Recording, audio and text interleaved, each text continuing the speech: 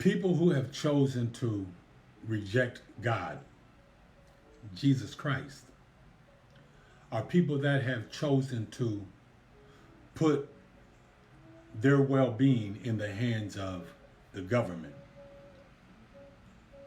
for their protection and for their provision.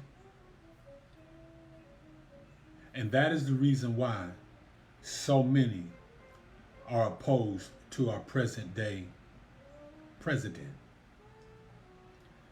And what's amazing is all of these people that talk so terrible about him and say he is such a bad person, all of these people are guilty of degradation, lying, cheating, stealing, fornicating, hating, adultery, manipulation. Everything that they say this man is who they are. But yet, they try to act as though they are better than him. And there's never been a president of this country or a king of any nation that hasn't been abhorrent in their life choices at some point. Nobody.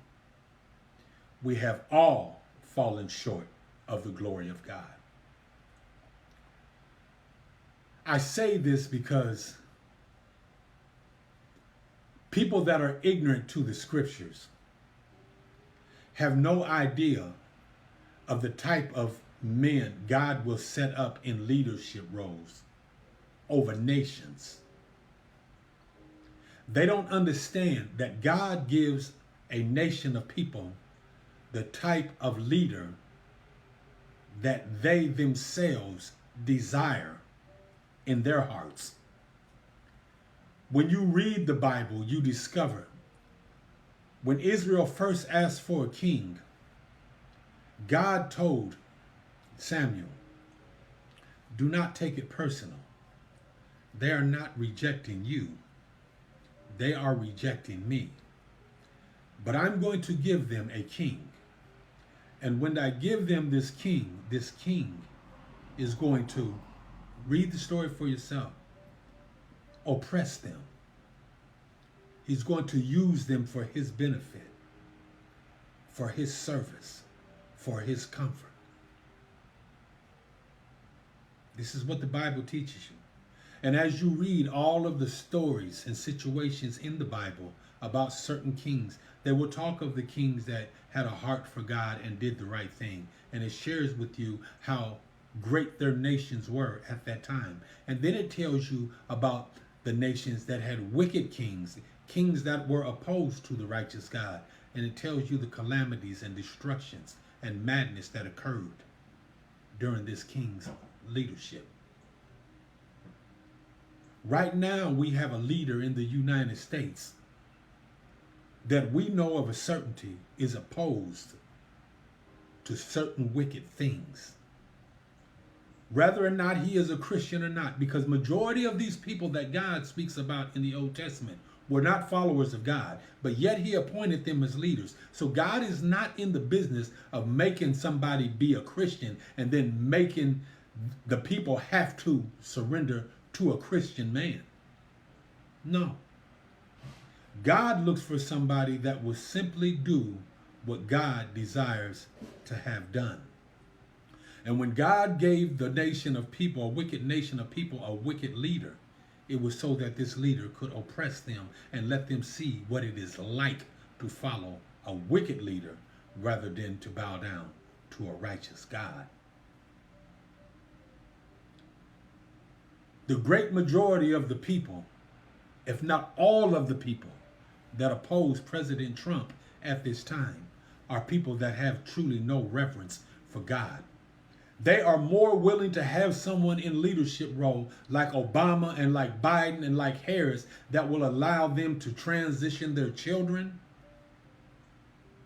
to okay unaliving children in the womb, to the LGBTQ community getting more benefits than regular non-LGBTQ people. They want their own rules and regulations. They don't want to be treated like everybody else. They want their own separate rights.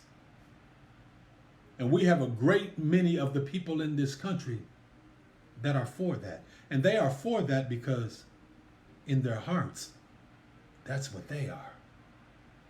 If they are not practicing it themselves, they have family members and friends and associates and acquaintances that are. And the people of God need to understand all of this is the fulfillment of prophecy. God allowed Obama and Biden so that he could bring to surface all the deviance of our nation.